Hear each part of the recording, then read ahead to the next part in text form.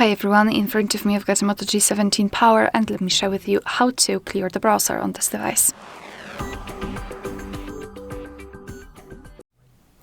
So let's start with opening the browser. In my case it will be Google Chrome, but no worries, this operation is pretty similar in all of the browsers which are commonly used, so I'm pretty sure that you will be able to figure out how to do it on your own browser. So now all we have to do is to tap on the three dots icon in the right upper corner and go to delete browsing data.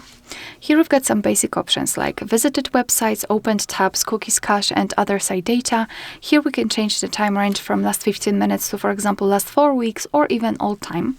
So just choose the option you want to and then tap on delete data. However, those options are basics. If you'd like to remove some advanced browsing history, just tap on more options. And here we've got them. So saved passwords, autofill from data, and site settings.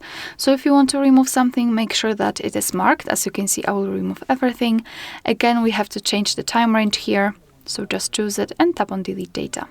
And we just got back. We've got this information deleted, which means that we just successfully removed everything.